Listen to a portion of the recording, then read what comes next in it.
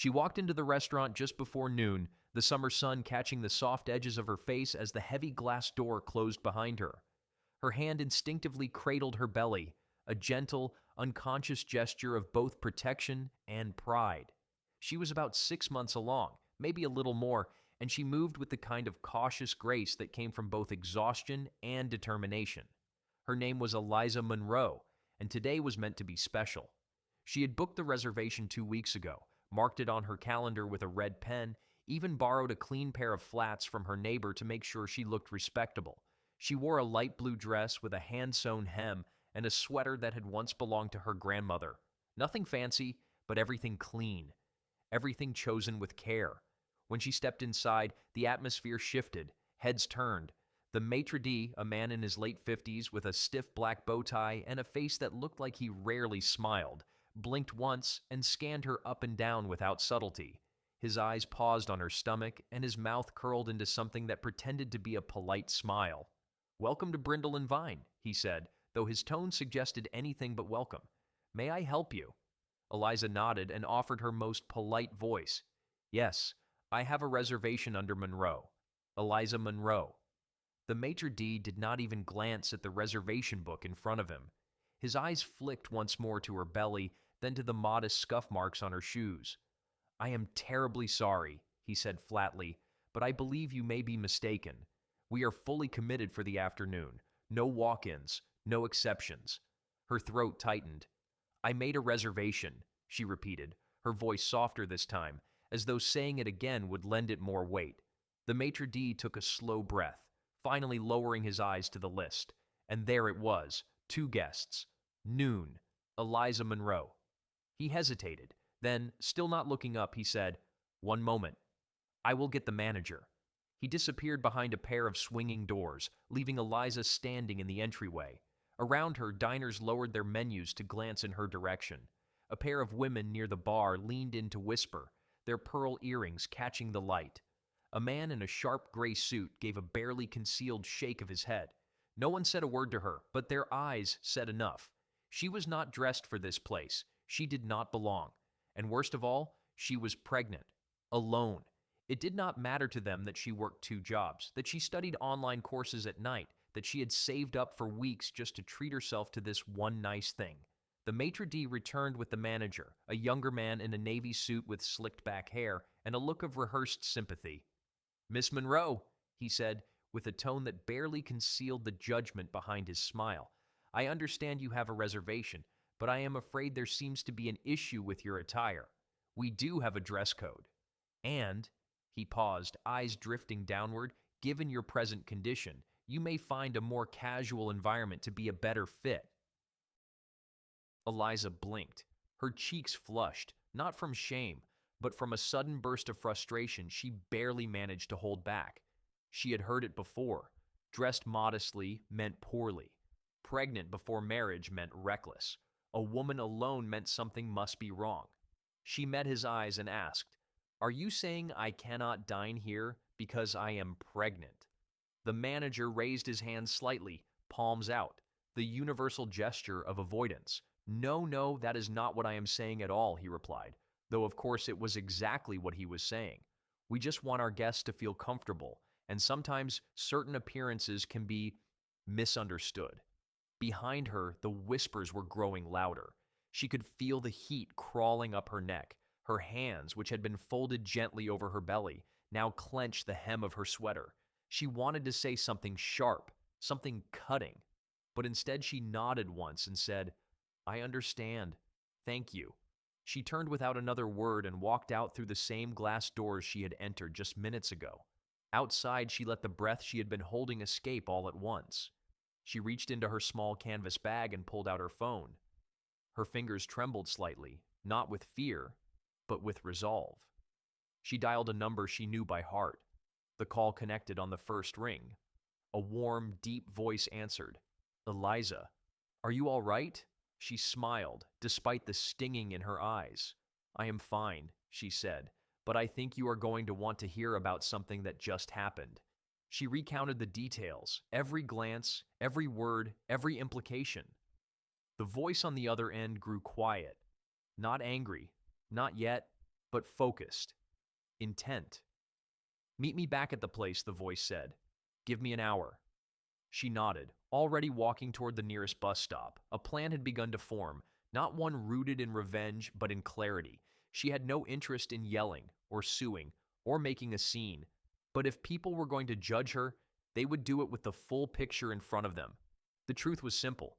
She had once loved someone who had walked away. She had chosen to keep her child. She had chosen her integrity over convenience. And she would never apologize for that. What she had not expected was how many people still believed a woman like her had no right to exist with pride in places wrapped in white linen and fine glass. That was about to change, not with raised voices, but with presence. The following afternoon was calm. The sky hung low and gray, with a soft breeze blowing through the tall buildings downtown. Inside Brindle and Vine, the dining room buzzed with its usual midday rhythm. Crisp white napkins were being folded, water glasses aligned perfectly to the edge of each plate, and the maitre d' resumed his post with the same quiet pride he carried every day. There was no memory of Eliza Monroe in the room now, just the illusion of perfection. The same whispered elegance, the same careful filtering of who belonged and who did not. The manager, James Whitaker, stood near the front bar reviewing the wine list with a distributor when something outside caught his eye. A long black car, sleek, understated, but commanding, pulled up directly to the front entrance. It was not a limousine or a showy sports car. It was a vehicle that spoke of wealth without needing to say a word. The maitre d' adjusted his collar and stepped forward. From the passenger side, a driver emerged, dressed in a charcoal suit and matching gloves. With precision, he opened the rear door. First to step out was a tall man, dressed in a perfectly tailored suit that moved like it had been made just for him, which of course it had. His shoes were polished to a quiet sheen. His watch caught the sunlight but did not demand attention. There was nothing loud about him, but he carried the kind of presence that caused even the noisiest room to fall silent. Beside him, Eliza stepped out slowly. She was still wearing the same soft blue dress, though it had been steamed and freshly pressed. Her hair had been brushed into a low bun. Her cheeks, flushed slightly with natural color, gave her a warm glow. She held onto his arm gently, not because she needed support, but because he had offered it, and because in that moment the act said more than a speech ever could. James Whitaker took a step back as the pair entered the restaurant. The maitre d' swallowed hard. "Welcome to Brindle and Vine," he stammered. Do you have a reservation?" The man's voice was steady, clear, and calm. "We do, under Monroe. I believe you already know the name." The maitre d' paled slightly. "Yes, of course. I will prepare your table immediately." He turned quickly, as if distance could erase memory. James stepped forward, clearing his throat. "Good afternoon, sir. My name is James Whitaker. I manage the restaurant. If there's anything I can do for you—" The man held up a hand. "No need for introductions, Mr. Whitaker. I know who you are. You see, I am Elijah Grant." He waited, letting the name settle into the space between them. And from the way James's face changed, eyes widening, jaw shifting, it was clear he recognized the name. Grant Industries, real estate development, renewable energy, technology infrastructure, a company valued in the billions. And the man himself, a notoriously private executive who rarely made public appearances, let alone unannounced visits. Elijah glanced around the room. "It is beautiful here." Eliza leaned in slightly. "It really is. A shame I did not get to see it yesterday." Her tone was soft but unmissable. James reddened. "Mr. Grant, I am terribly sorry for any misunderstanding. It was never our intention to offend Miss Monroe." Elijah nodded slowly. "And yet you did. Not just with your words, but with your assumptions. Tell me, James, how do you train your staff? Do you ask them to evaluate a person's worth based on their outfit, or perhaps their marital status?" James opened his mouth, but no answer came out. A few guests had started watching from their tables, pretending to sip wine as their curiosity overtook their manners. Elijah turned to the maitre d', who now stood rigid behind the podium. "When she gave you her name, you chose not to believe her. When she explained she had a reservation, you ignored your own records. all because she did not look the way you expected a guest to look. Is that standard practice here? The maitre d' stared down at the floor. I apologize, sir. Truly, I was mistaken. Elijah nodded once. I appreciate your honesty, but mistakes like that cost people more than a meal. They cost dignity. He turned to Eliza. Would you prefer to leave? We have plenty of other options. Eliza shook her head gently. Number, I think we should stay. After all, I am still hungry, and I believe we had a table waiting. The maitre d' gestured quickly to a server who rushed forward to lead them to a table near the window. As they passed the other diners, the silence was palpable. No one laughed, no one whispered, because now the full picture was before them, and it did not fit the story they had written in their heads yesterday. They sat, and for a moment, the room tried to resume its usual rhythm. But something had shifted. A quiet discomfort lingered among the staff. The server who approached them trembled slightly as she poured their water. Eliza offered her a kind smile. Thank you, she said warmly. The girl nodded and hurried away. Across the room, James watched with a clenched jaw.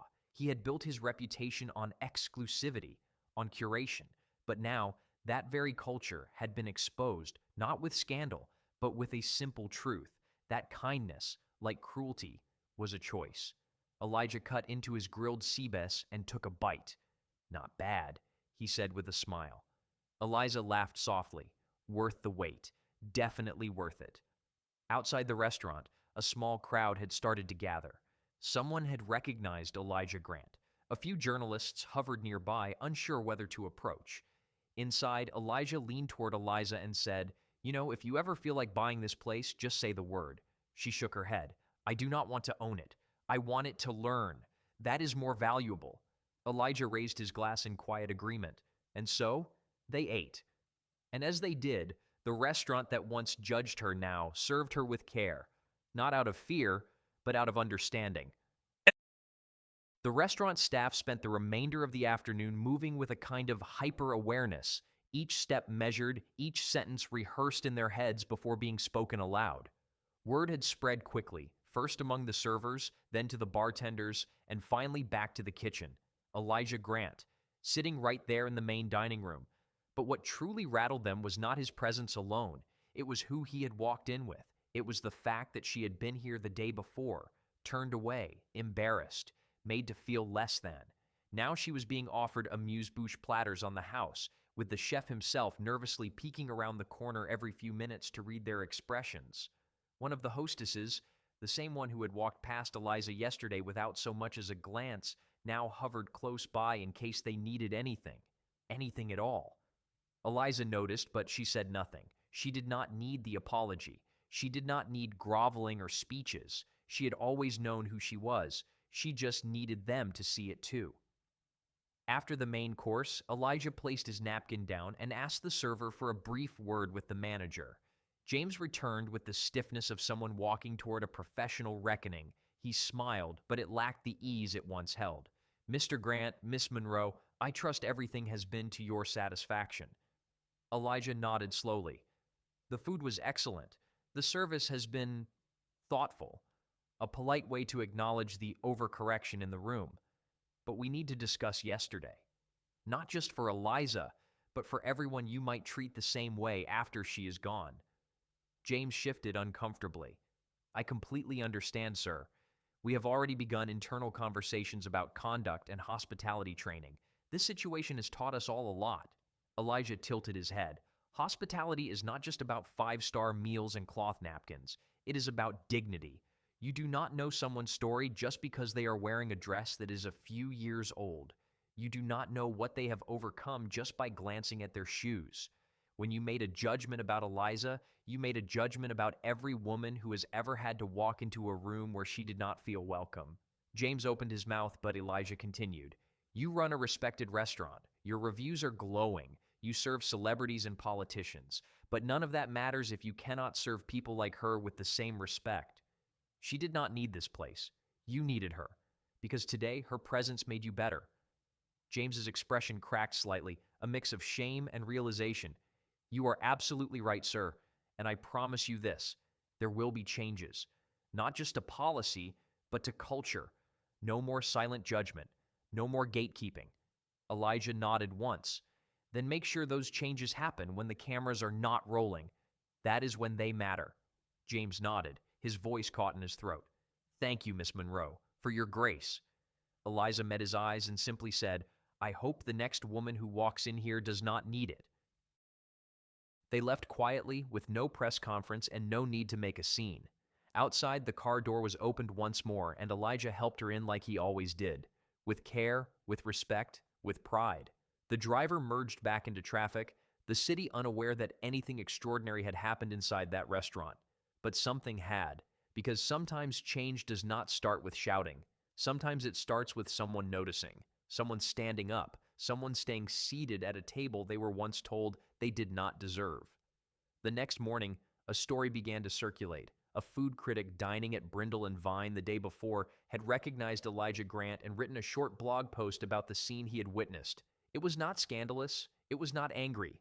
It was honest. A woman was turned away for not looking the part. The next day, she returned, with the man who owns half the skyline.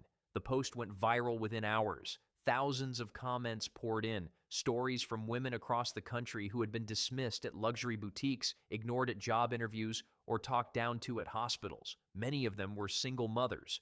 Many of them had once been pregnant and alone. Eliza read through the comments with quiet tears running down her cheeks, not because she was sad, but because she was seen. Not as a charity case, not as a cautionary tale, but as a woman who stood her ground and let the world catch up. Elijah entered the room with 2 mugs of tea, handed her one, and kissed her temple. You all right? He asked gently. She nodded. I am more than all right. I am just overwhelmed. Not with pity, but with connection. She had spent so long hiding her story, avoiding conversations, trying not to draw attention.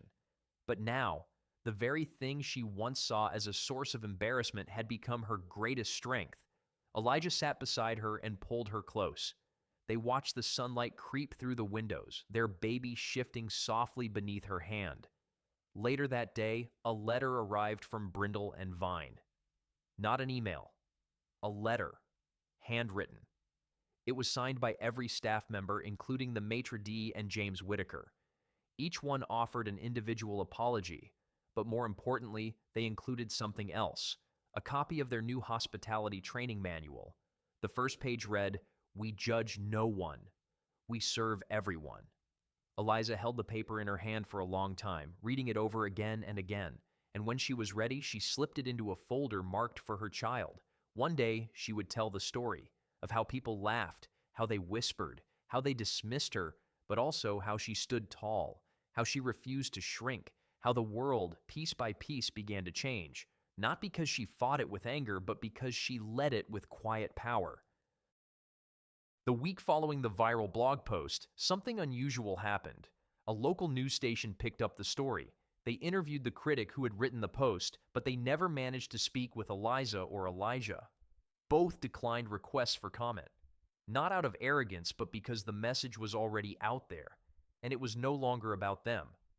It was about every person who had ever been told they were not enough. Every woman who had been told her pregnancy was a stain instead of a strength. Still, the headlines ran with speculation. Was Elijah Grant secretly married? Was Eliza his partner or his employee? What was her background? What did she do? And while the answers to those questions were known by some, the wider public filled in the gaps with their own stories. Some assumed she must have come from wealth.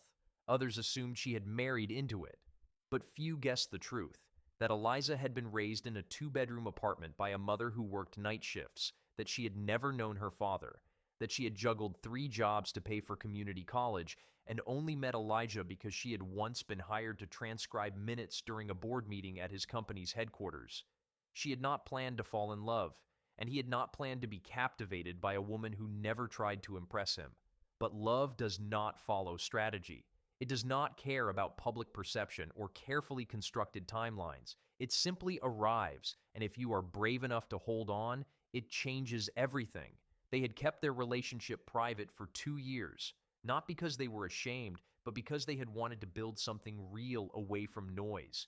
And when Eliza had become pregnant, the press had not been informed. There had been no announcement, no photo shoots, No articles in glossy magazines, just quiet mornings and growing anticipation. And so, when the news finally broke, it came not with glamour, but with weight. People across social media debated what had happened. Some still criticized her, others celebrated her. But the most important voices were those who shared their own stories. Women wrote about being turned away from clinics, about being ignored by doctors, about being asked, "Where is the father?" as if that determined the value of their child. Eliza read every message, not to collect praise, but to remember that she was not alone. And then she did something unexpected. She wrote back, to dozens of them. Not long messages, just a few sentences at a time. "You are enough. You are stronger than you know. This does not define you." And to a few, especially young women, she added, "Someday you will walk into a room and they will see you before they see your story. Keep going until that day arrives." Word began to spread, not about what had happened, but about what she was doing now. Quiet encouragement, unseen acts of care. One recipient posted a screenshot of her message, and it gained more attention than the original blog post. People wanted to know more about her, who she was, where she came from. And what they found was not a curated public figure, but a real person who had known struggle and worn it with grace. That weekend, Elijah sat her down at their dining table and handed her a small folder. Inside was a draft, the start of something new. He had used the name she had once mentioned in passing during a walk in the park, the name she had dreamed of when she was 17, imagining a space for women who had nowhere else to go. The Haven Project, a center that would offer counseling, career support, childcare, and medical resources for single mothers, no matter their background, no matter their circumstances.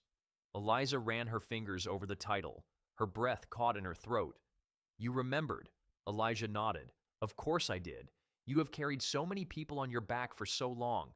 Maybe it is time the world helped you carry them." She closed the folder and pressed it to her chest. And with that, the next chapter began.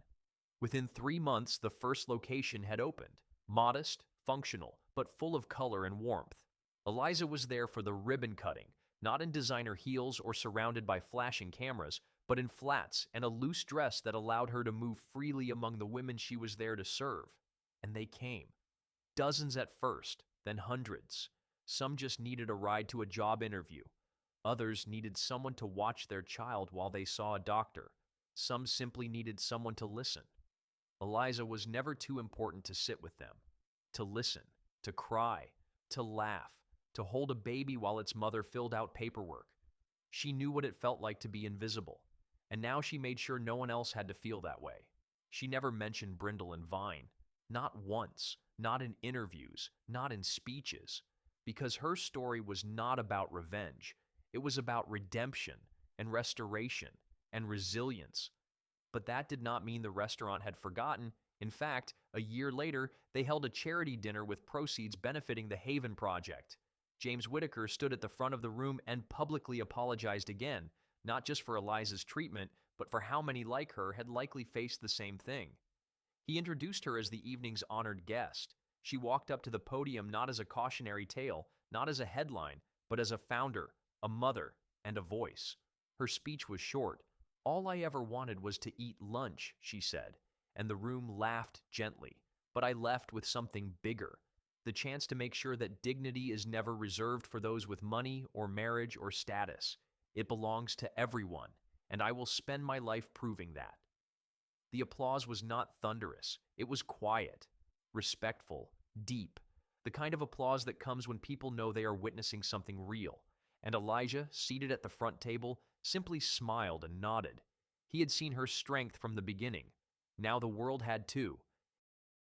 In the months that followed the charity dinner, the Haven Project grew faster than anyone anticipated. Donations poured in, not just from wealthy philanthropists or corporate sponsors, but from women who had once walked in Eliza's shoes. $5, $10, sometimes $20 bills arrived with handwritten notes folded around them. "Thank you for seeing me. This would have changed everything for me. My daughter will not face the same silence I did." The space became more than a service. It became a movement. Word spread from city to city, and soon regional organizers were reaching out, asking how they could build their own branches. Eliza responded to every inquiry. She stayed up late reviewing blueprints, drafting training manuals, and speaking with social workers. She never saw herself as a leader in the traditional sense. She was not flashy. She did not issue grand statements.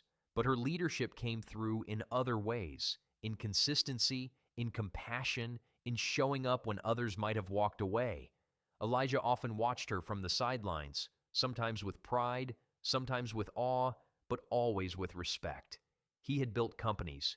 He had sat on panels, led summits, closed billion-dollar deals. But nothing, he said once, had required more courage than walking into a room full of judgment and refusing to shrink. That was Eliza's legacy. Not that she changed people's minds with power, but that she changed hearts with presence. Still, there were moments when it overwhelmed her. The pressure, the expectations, the never-ending line of people needing more. One evening, she sat in the nursery rocking their daughter, now 3 months old. Her tiny hand curled around one of Eliza's fingers. The soft hum of a lullaby played in the background.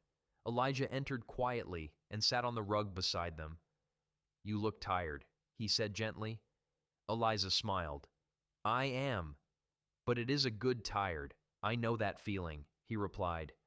"The one where you are exhausted, but grateful." She nodded. "Some days I still think about that restaurant, not out of anger, but out of memory. How small I felt, how certain they were that I did not belong. And now," she looked down at her daughter's face, "now I belong in more places than I ever imagined." Elijah leaned forward, resting his elbows on his knees. "That is because you stopped asking for permission. You built your own table. And now everyone wants a seat." Eliza looked up at him, a small laugh escaping. "Is that what I did?" He nodded. "You did. And you did it while carrying a child and carrying the weight of a world that said you were not enough." She reached down and touched the baby's cheek. "I hope she never has to carry that weight." Elijah looked at her and said, "She will not, because you already lifted it for her." Later that month, Eliza was invited to speak at a national conference on women's health and equity. It was a high-profile event attended by senators, doctors, and journalists. The keynote speaker before her was a best-selling author who had written extensively on public policy and structural inequality. But when Eliza took the stage, there was a hush that fell over the crowd unlike anything before. She did not have slides. She did not have statistics or research citations. She simply spoke. About a door that closed, about a room she had been told she could not enter, about how judgment, when left unchecked, can turn into policy, about how shame can be a louder barrier than any physical wall, and about how one act of kindness can start a chain reaction. "I was not looking to change the world," she said. "I just wanted to eat lunch without being told I was not welcome." And that is how it begins. We do not need to raise our voices to be heard. We just need to stop believing we have to prove we are worthy. The standing ovation lasted 3 full minutes, not because her speech was perfectly written, but because it was deeply, undeniably true. After the conference, a young woman approached her in the hallway, hands shaking slightly. She could not have been older than 19. She wore a sweater 2 sizes too big and held a binder of college brochures. "I just wanted to say thank you," she said, voice barely above a whisper. Eliza smiled. "What is your name?" The girl answered softly, eyes darting to the side. "I am 17 weeks. My parents want me to drop out. They say no one will hire me, that I will never be taken seriously." Eliza placed a hand on the girl's arm. "Do you want to drop out?" "No," the girl said quickly. "I want to keep going." "Then keep going," Eliza said. "People will try to define you by this moment, but you are more than their fears. You are a future someone is waiting for." The girl's eyes filled with tears. "Thank you. Thank you for saying that. I will not forget it." Eliza hugged her and whispered, "And if you ever need a place, the Haven Project will always have one for you." The girl nodded, clutched her binder to her chest, and walked away with a steadier step. Eliza stood still for a moment, the hallway quiet around her. That was the work. Not headlines, not applause, but that one moment, that one woman, that one shift from shame to strength. That was what she had been fighting for all along. That winter, Eliza returned to Brindle and Vine. not as a guest, not as a customer, but as a speaker. James Whitaker had reached out personally. The restaurant had begun hosting monthly conversations on dignity and inclusion in public spaces, and he asked if Eliza would consider opening the year's first event. It was part of their promise to be better, to do better, not just with new training policies, but with public accountability. Eliza had hesitated. She had never been interested in becoming the face of someone else's apology. But after some thought, she agreed, not because she wanted recognition, but because she knew that real change only sticks when people keep facing it. That evening, she entered through the same front doors, though everything felt different. The staff greeted her with warmth, not obligation. Her name was listed on the printed program. Her table was already set, and instead of whispers, the room met her with applause. James stood near the bar, visibly nervous. He approached her quietly before the event began. "I am still learning," he said, "and I do not expect forgiveness just because I mean well, but I want to thank you for giving me a second chance to do this right." Eliza smiled. People do not change because they are embarrassed. They change because they finally see what they missed, and you saw it. That matters. The event began with a short film about the evolution of hospitality. It featured stories of individuals who had been refused service, overlooked, or made to feel small in places meant for celebration. Then came Eliza's turn. She stepped onto the small stage in the middle of the dining room, the same one where she had once been told, without words, that she was not welcome. Tonight, she stood in that same spot and told the story, not as a victim, but as a witness to transformation. She spoke of how she had once sat outside this building, clutching her phone with shaking hands, unsure whether she should cry or pretend it never happened. And she spoke of the man who showed up beside her, not to rescue her, but to remind her that she never needed to apologize for taking up space. She did not name Elijah. She did not need to. Everyone already knew. She closed with a challenge, not to the room, but to every institution, every staff member, every host, and every manager who would ever greet another human being again. Start by assuming they belong. Because if your standards require someone to prove their worth before being welcomed, then it is not a standard. It is a wall. And people are done climbing walls they did not build. The room fell into thoughtful silence, not out of guilt, but out of recognition. She did not demand respect. She taught them how to offer it freely. After the event, Elijah met her outside. Snow had begun to fall lightly, dotting her shoulders and hair with flakes that melted quickly against her warmth. "That was powerful," he said, helping her into her coat. Eliza shrugged gently. It was honest. That is what people needed. They stood for a moment near the sidewalk, watching as guests filtered out behind them, some pausing to shake Eliza's hand, others to ask questions about the Haven Project. A few simply nodded in acknowledgement, no words needed. Later that evening, as they sat by the fire in their living room, Elijah handed her a notebook. "What is this?" she asked, flipping through the blank pages. "A space," he said, "for whatever comes next." Eliza laughed softly. "I do not even know what that is."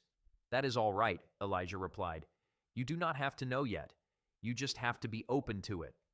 She closed the notebook and held it to her chest. For so long, her life had been written in margins, in the quiet, overlooked spaces. Now she had a whole volume to herself, a whole story to write, not because someone gave her permission, but because she had finally given it to herself. Spring arrived, and with it, the Haven Project's first out-of-state expansion, a facility in Detroit, then another in New Orleans. Volunteers began training others. Women who had once walked through the door needing help now staffed the offices. The model worked not because it was perfect, but because it was personal. Eliza insisted that every center have one small room with a couch, a rocking chair, and a bookshelf. Not for therapy, not for official programs, just for peace. A place where someone could come and sit without having to explain why they needed stillness. That became the soul of the project, a resting space. Because if you can give someone a place to sit without shame, you have given them more than comfort. You have given them safety. One morning, a photograph from the Detroit Center went viral. It showed a teenage girl asleep on one of the couches, a note on the table in front of her. "I have not felt safe in months. Thank you."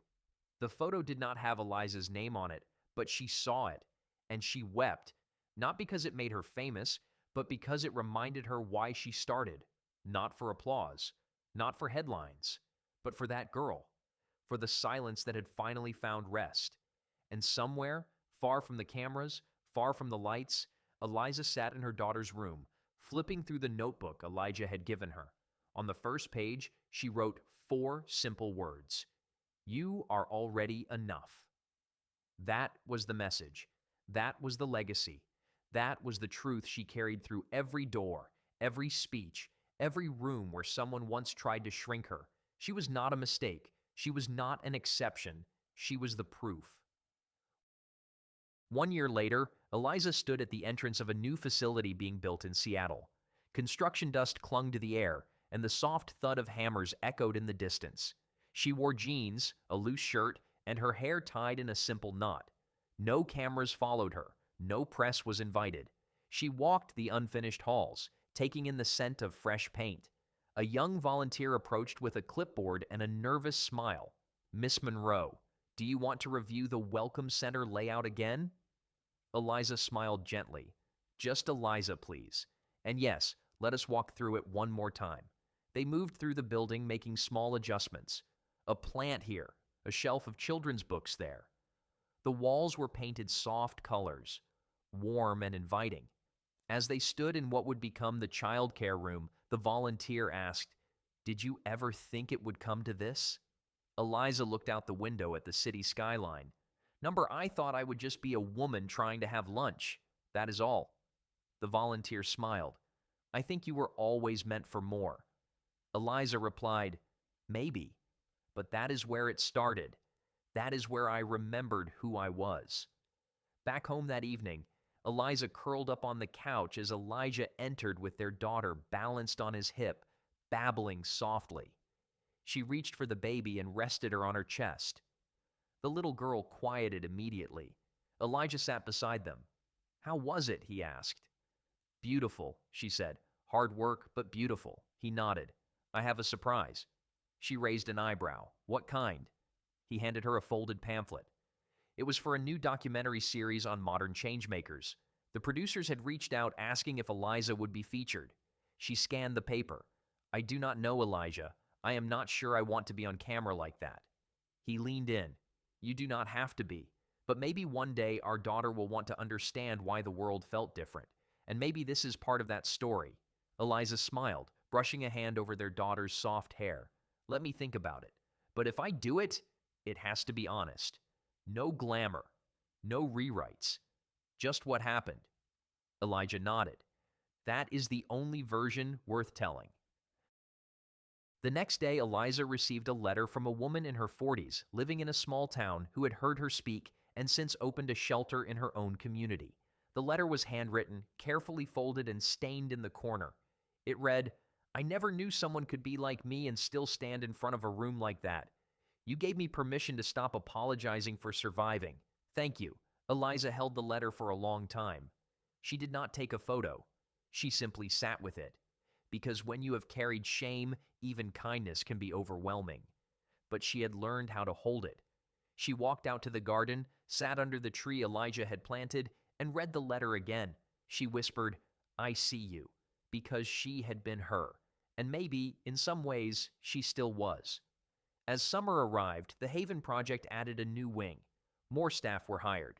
One of them was Daniel, the young server from Brindle and Vine, who had once apologized to her. He had left the restaurant industry, returned to school, and now stood in the main lobby, welcoming new clients with calm and warmth. Eliza watched from the hallway as he knelt beside a young woman and helped her with an intake form. She was exhausted, holding a diaper bag with one hand and a toddler with the other. Daniel did not rush her. He smiled. He offered her water. Eliza felt something swell in her chest, not pride, something deeper, something like faith, because change is not just what you build. It is who you lift. That evening, Elijah found her at the kitchen table. She looked up from her paperwork and gave him a tired smile.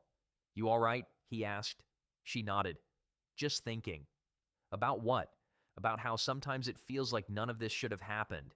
That it was all so unlikely. A woman with no pedigree, no protection, no polished version of her life, who just wanted to eat lunch, and yet, here we are.